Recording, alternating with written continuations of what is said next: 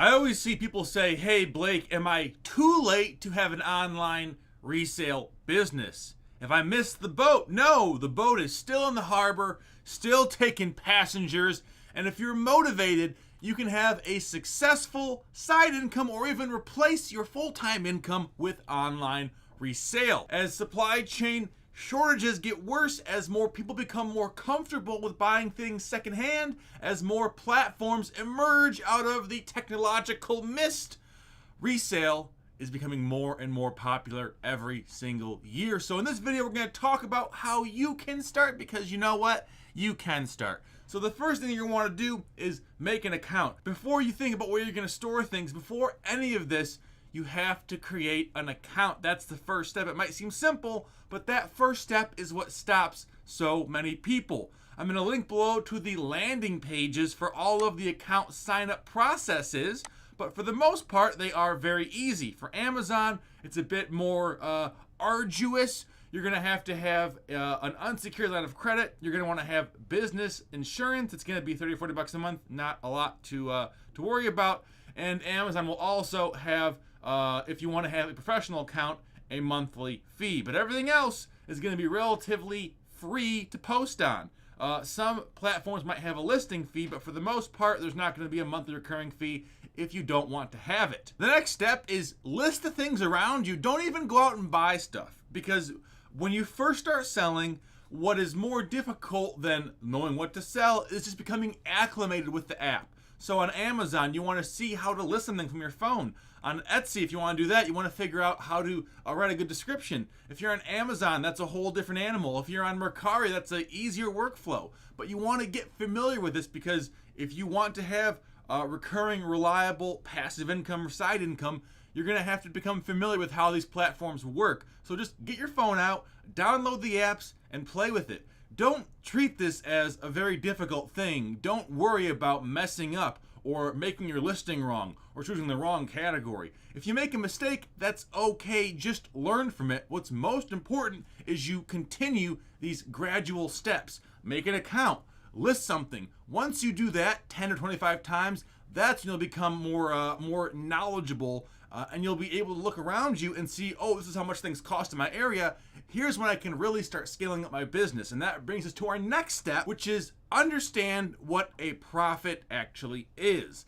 Again, these things might seem simple, but you have to visualize everything you see around you and all the stuff you list as potential profit. So a book will ship less than a giant Nintendo 64. A book on Amazon will have more fees than food items. There's tons of things like that you have to become well acquainted with. And so what I'd recommend doing is start off on one platform first. Let's talk about eBay or Mercari. Those are two very simple ones, so we'll go as if we were listing on those. My process for both platforms is I want to look up an item by its name, by the keywords I would use. Keywords are going to be something as simple as the model number or what it's being used for. So let's say I'm selling a VCR. I'll say Samsung VCR model number DF25 or whatever it is. If it's a Christmas stocking, I'm not going to say Briarwood Gray Fish Christmas appliance. I'm going to say Kids Shark Christmas stocking,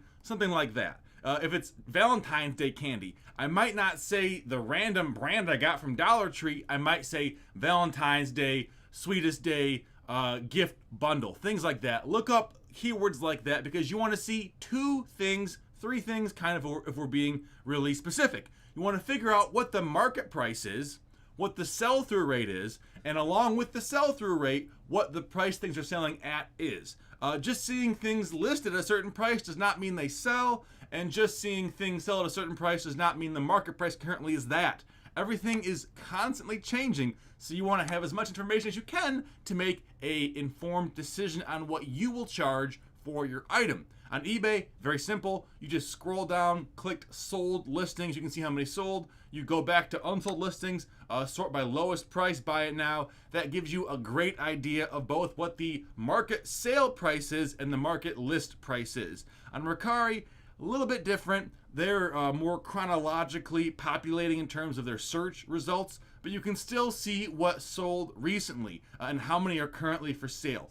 that information is gold to anyone who resells. You can't just go off your best guess. You have to figure out what the market actually can hold. After you figure out what the item is worth, you're going to figure out how to ship it. Now, what I recommend for beginners is pick small things, pick media. So books, DVDs, CDs, stuff like that. Video games are not media mail, but they are small. Anything under 16 ounces will ship first class mail. And that's going to vary from like $4 to $6 depending on where it goes in the country. Anything over 1 pound that is not media is most likely going to ship priority mail. USPS offers parcel select, but priority mail is going to be your best bet in most cases unless the item is large. I'd say more than 5 pounds, more than a foot by a half a foot. Then most likely, at least in my experience, FedEx or UPS will be your best bet. Now the good thing is on eBay, you can buy either UPS or USPS postage direct from the app. It will take from your sales. On Mercari, they're going to offer you options, or you can do what I do, and you can just ship on your own. I use a service called Pirate Shipper, and I have found that they have better rates than Mercari does. However, here's the catch. If you don't buy shipping off of eBay or Mercari, you're going to have a harder time having an insurance claim if the package potentially gets lost. Again, that's small stuff. Don't worry about it in the short run, but in the long run, it will end up helping you make more money overall. So we've made our accounts. We've understood the apps. We've found our items, the price they're going to ship for, and how we're going to ship it. Once you've made that listing filled with rich keywords based on things people are looking for, based on pertinent information about the item, and it sells, then what? Well, then you ship the item. Ta-da! Look at all this stuff now. So quite literally, all I use to ship out stuff is boxes from Lowe's like this, bubble wrap I bought from Lowe's, and these bubble mailers I got from Walmart. These were on sale for like, I think 98 cents or 15 for a while. But if you don't want to spend money on shipping supplies, you can just find them for free in recycling bins. It's not difficult at all. But these are going to be the main types of things that you're going to have to ship. So this is the first thing. It's a kid's toy. It's a Fisher-Price kids remote. It was sold for 20 bucks on Amazon. Literally, it just goes in here, and then on this side, I have the postage there. Very simple, very easy, not difficult to do. This is a plush doll, Chicago Bulls plush doll. I sold for 40 bucks. It just goes in a poly mailer like this, a plastic poly mailer. I bought it in a 1,000 pack on Amazon. You can buy a 10 pack or a 100 pack on eBay. Very affordable. I put it in here, and like plush stuff or t-shirts or anything that can bend without breaking will go in poly mailers just like this, and it only weighs a fraction of an ounce, so it's not making a large shipping cost. This right here, let me make sure I cover up all the addresses. There's a trading card in here. I put the trading card in a top loader in an envelope, taped it down, costs 53 cents a ship, very simple. And then finally, this is a cut to size box that I have a Blu-ray player in. So how do I do that? Well, all I do is I take a VCR like this guy that I sold right here, Panasonic PV945S. I give it 2 or 3 rolls of bubble wrap around the VCR to make sure that it's not gonna fall through the edge of the box. And then I put it in a box just like this. The trick though is you wanna make sure the box is pretty snug, and that's why I cut boxes down to size. To cut a box down to size, it is not difficult. You're gonna wanna tape one side of the box down, like so. Put the item in the box, like so, and then with a pair of scissors, cut along the edge of the box, like there. Because what you're doing basically is lowering the top of the box.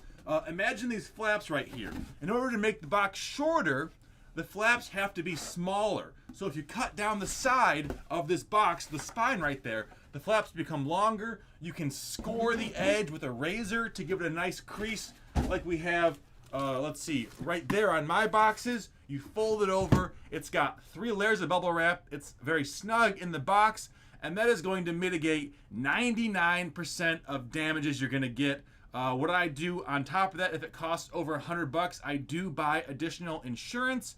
And over the past year, I think I've made two insurance claims over the thousands and thousands of items I've sold. So really, it's pretty simple. That's your resale business. You want to do good accounting stuff? I have some friends who are way better at that than me. They sell an accounting spreadsheet. I will link to that below. I'll link to everything pertinent below that I may be forgetting in the video. But really, I want to instill in you, you can do this. Look at me. I just jumbled through this video in 10 minutes, and everything you have to know, I've said.